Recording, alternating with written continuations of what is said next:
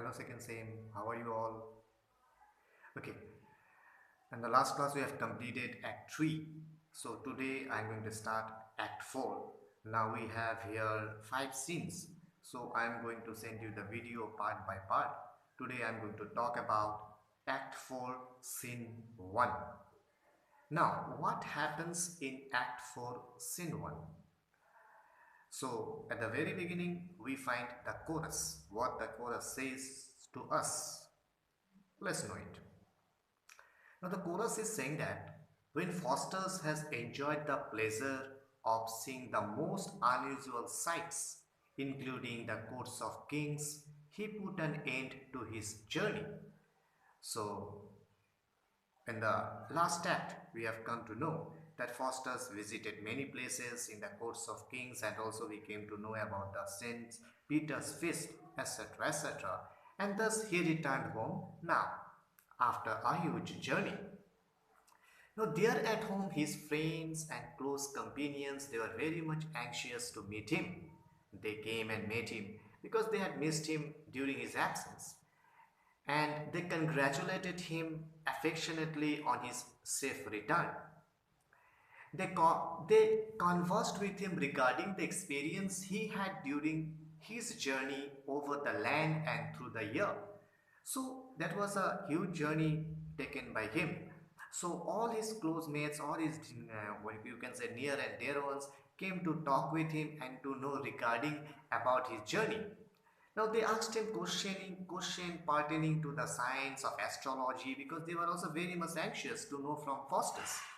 And Faustus answered those questions in such a scholarly and skillful manner that they expressed their admiration for him and were astonished by his intellect. You see, now Faustus had learned lots of things because he practically visited these particular places and skillfully he answered whatever they questioned him.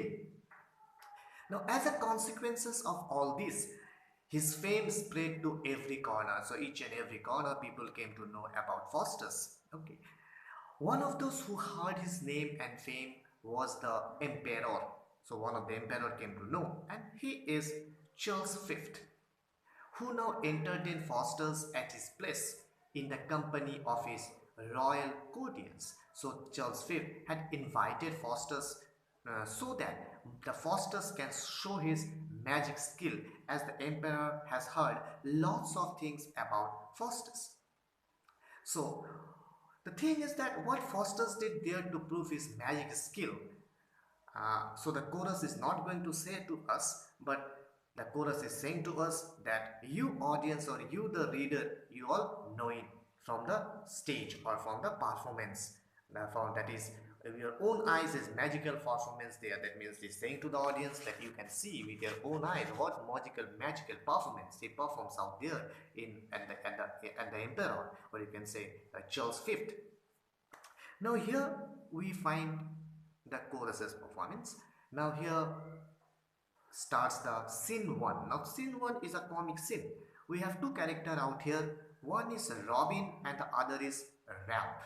Now the Robin, he is like enter Robin the ostler with a book in his hand. Now Robin is a ostler. Ostler means who like looks after horses. So he is having a book in his hand and he enters the scene. Now Robin says that, oh, this is admirable. Here I have stolen one of Dr. Faustus's conjuring books. And faith, I mean to search some circles for my own use. Now he's saying that, oh, this is admirable. That means seeing the book. The book is really admirable, which is in his hand. And this book has been stolen from Dr. Faustus. It is a magical book which he had stolen. And he intended to try to find in it some magical circles which he can use for his own purposes. That means he is going to do some magical charms through this particular book which he had stolen from Faustus. So in the meantime, Ralph entered, calling Robin. That means he is shouting and calling Robin. Robin, where are you? Where are you? He's shouting and calling Ralph. Now Ralph answers him. Robin, pretty, come away. There is a gentleman tries to have his horse and he would have his things robbed and made clean. He keeps such a chaffing with my mistress about it, and she has sent me to look here out. Pity, come away. So Ralph is saying to Robin that Robin, Robin, I request you to come here. Please come here. There is a gentleman who is waiting to get his horse. So a gentleman is waiting out there to get his horse, and he wants to have his equipment brushed and cleaned. That means he's very busy. He wants to go very fast. So he has been talking to our mistress in a heated tone. That means in a very angered tone. He is talking to the mistress tone because he doesn't wish to wait any longer. He's very busy. He doesn't want to wait, stay here for a minute too. And she has sent me. That means the mistress has sent him for him to call. I request you to come with me. So he's saying to him that I kindly request you to come and meet that person. Now Robin is saying, keep out, or else you are blown up. You are dismembered. Ralph, keep out, for I am about a roaring piece of work. So Robin is saying that keep out, that means stay away from here, because otherwise you will be blown up. You will be cut into pieces. Ralph, keep away from here because I am about to accomplish a great job. That means he's going to do a great job through the book which he had stolen from Faustus. Now Ralph is saying, come, what dost thou will that same book? Thou canst not read? He's saying, come on, what are you doing with that book which you are carrying? That means he was carrying the book, and Ralph is saying that why you are carrying that book? What are you doing with it when you cannot even read? You are totally an uneducated fellow. What you are doing with that particular book? And again, Ralph is saying, why Robin? What book? Robin is saying, yes, my master and mistress shall find that I can read. So he's saying that you wait and watch, even I can surely read. Even my master and mistress shall come to know now that I can read. And Ralph is saying, why Robin? What book is that? So why Robin? What book is that in your hand? Ralph says that, what book? Why, the most intolerable book for conjuring that ever was invented by any brimstone devil. So he's saying that what book? Why? It is the most wonderful book to perform magical acts, even ever written by any fiery devil. That means it's a wonderful book of magic. I can perform whatever I want. So he's saying, Ralph is saying, canst thou conjure with it? So Ralph is saying that, can you perform any magic by means of this book? That means through this book, can you perform any type of magic? So Robin is saying, I can do all these things easily with it. First, I can make the drunk with epokers at any tavern in Europe for nothing. That's one of my conjuring works. So Robin is saying to Ralph that I can do all sort of things easily with the help of this book. In the first place, I can make you drunk with spiced wine from any tavern in Europe without you having to pay for it. So I can make you give a treat with a wine and you don't have to pay for it. This is one of the magic acts I can perform. You see, this type of act he can perform.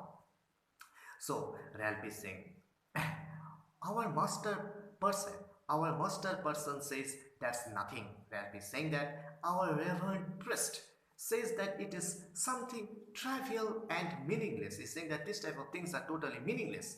Robin is saying, true Ralph, and more Ralph, if thou hast any mind to Nanspeed, our kitchen maid, thou shalt have her. So you see here, Robin is saying that, yes, what you are saying is true, Robin. True, Ralph, and I can do more than that, Ralph. If you feel any desire for Nanspeed, now Nanspeed is a maid servant, works in a kitchen, and he is very much eager to have her. So he's saying that if you want Nanspeed, the girl who works in our kitchen, I can get her for you. If you want that, if I am having a desire to get her, I can do that with my magical charm. And Ralph is saying, oh brave, he became very much happy, He became very much happy and he's saying that, oh brave, that's fine. Robin, shall I have Nanspeed? Can I have her? Oh, on that condition, I will feed any devil with horse bread as long as he lives of free cost. So he's saying, oh, that was wonderful. Really, we find Robin, shall I really have Nanspeed? If you can really get her for me, I shall provide your devil with food to eat as long as he lives, and I shall charge you nothing for it. That means free of cost, I am going to feed your devil if you can get for me Nan spit.